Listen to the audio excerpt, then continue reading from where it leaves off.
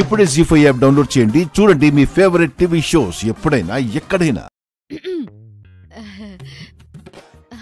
ఆ పిల్లలు దేవుడు చల్లని వారే, కళ్ళ కపట మెరుగని కరుణామయులే. ఆ పిల్లలు దేవుడు చల్లని వారే, కళ్ళ కపట మెరుగని కరుణామయులే. ఎవరిదా స్టోను? చూద్దాం పద. పద. ఇంకొంచెం శృతి పెంచవే. తప్పులు మన్నించుటే దేవుని సుగుణం, అది గొప్పవారు చెప్పినట్టి చక్కని జ్ఞానం. తప్పులు మన్నించుటే దేవుని సుగుణం. ఈ పాట ఎక్కడి నుంచి వస్తుందండి? అదే అర్థం కావట్లేదు వేద. పద వెళ్ళి చూద్దాం. అది గొప్పవారు చెప్పినట్టి చక్కని జ్ఞానం. పిల్లలు దేవుడు చల్లని వారే, కళ్ళ కపట మెరుగని కరుణామయులే. పుట్టినప్పుడు మనిషి మనసు తెరిచియుండును, పుట్టినప్పుడు మనిషి మనసు తెరిచియుండును. ఆ పురిటి కందు మనసులో దైవముండును, ఆ పురిటి కందు మనసులో దైవముండును. వయసు పెరిగి ఈసు కలిగి మదము ఎక్కితే, అంత మనిషిలోని దేవుడే మాయమగునులే, అంత మనిషిలోని దేవుడే మాయమగునులే. పిల్లలు దేవుడు చల్లని వారే, కళ్ళ కపట మెరుగని కరుణామయులే. ఆ పిల్లలు దేవుడు చల్లని వారే.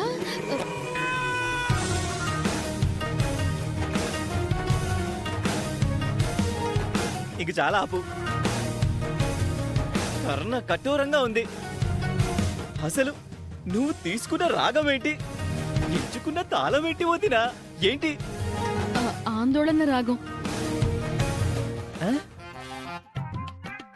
కళ్యాణి రాగం, శివరంజని రాగం, ఇందోళ రాగం లాంటి వాటి గురించి తెలుసు కానీ ఈ ఆందోళన రాగం గురించి నేనెప్పుడూ వినలేదు వదినా.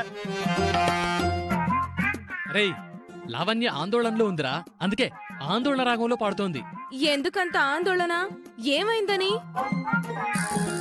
లావణ్య, కొత్తగా ఈ అవతారం ఏంటి?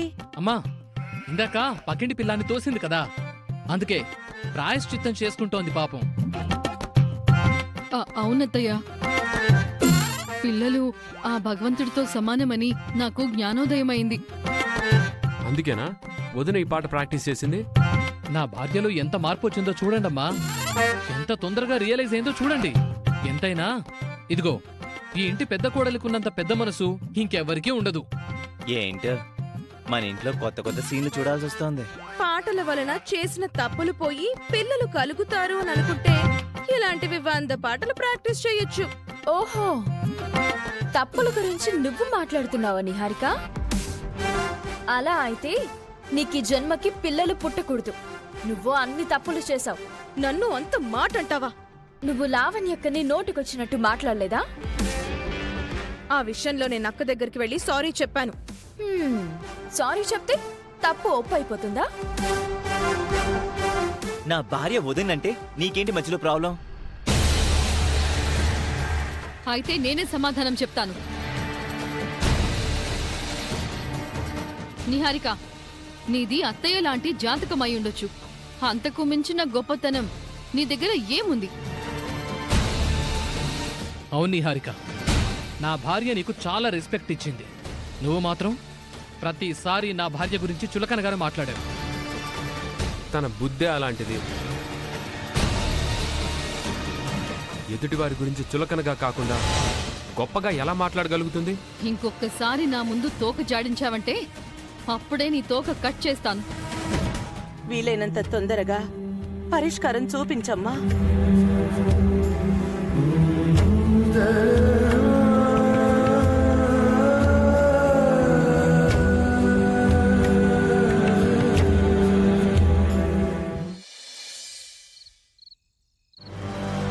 పరిస్థితులు ఎలా మారిపోయాయో చూడు.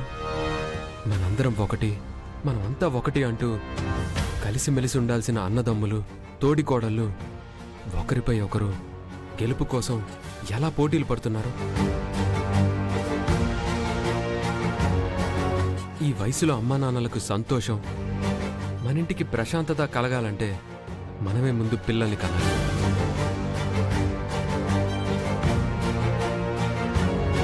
నువ్వేం ఆలోచిస్తున్నావు?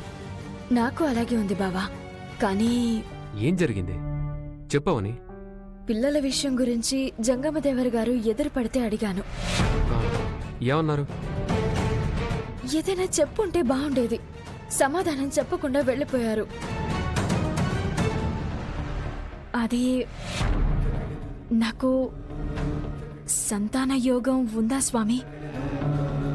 ఉంటే ఎప్పుడు ఉంది?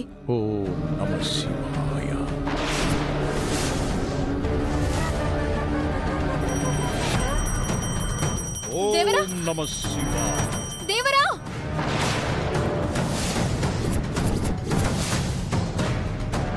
ప్రతి విషయంలోనూ నిన్ను కూతురులా చూసుకుంటూ ఉన్నదున్నట్టు చెప్పేవాడు కదా, మరి అలా ఎందుకు ప్రవర్తించాడు?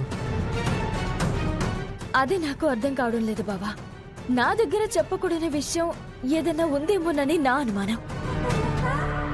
ఏదైనా ప్రమాదం పొంచుందని అనిపిస్తే ముందుగా నీకు చెప్పి నిన్ను హెచ్చరిస్తూ జాగ్రత్త పడమని అంటాడు గాని పూర్తిగా చెప్పకుండా అయితే ఉండడు కదా. నేను ఆలోచిస్తుంది కూడా అదే. సమస్య గురించి చెప్పేవారు, పరిహారం గురించి చెప్పేవారు. అలాంటిది నా జీవితానికి సంబంధించిన ముఖ్యమైన విషయం గురించి అడిగితే మొహం చాటేసినట్టు వెళ్ళిపోయారు. కష్టమైనా నష్టమైనా నాతో చెప్తేనే కదా నేను జాగ్రత్త పడేది. ఆయన మౌనం మరింత భయానికి గురి చేస్తుంది బావా.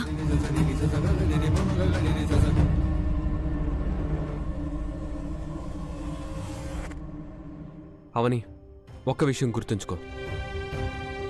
ఇప్పటి వరకు ఆయన మనకు చెప్పినవన్నీ నిజాలు అయ్యుండొచ్చు. అంత మాత్రాన ప్రతిదీ నిజం అయిపోతుందని అనుకోకు. ఆయన మన దృష్టిలో దేవుడు లాంటి వారే గాని దేవుడైతే కాదు కదా. ఒక్కోసారి అలాంటి వాళ్ళు చెప్పేవి కూడా తప్పులవుతుంటాయి. ఒక్కోసారి వాళ్ళు చెప్పేవి కూడా జరగవు. అందుకే ఆయన నీ ప్రశ్నలకు సమాధానం ఇవ్వలేదని నువ్వు కంగారు పడకు.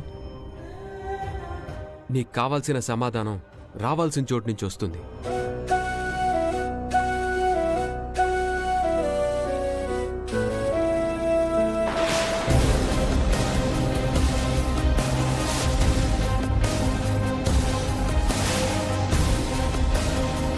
అవని, అన్నపూర్ణాదేవికి అమ్మ తర్వాత పరమ భక్తురాలివి నువ్వే.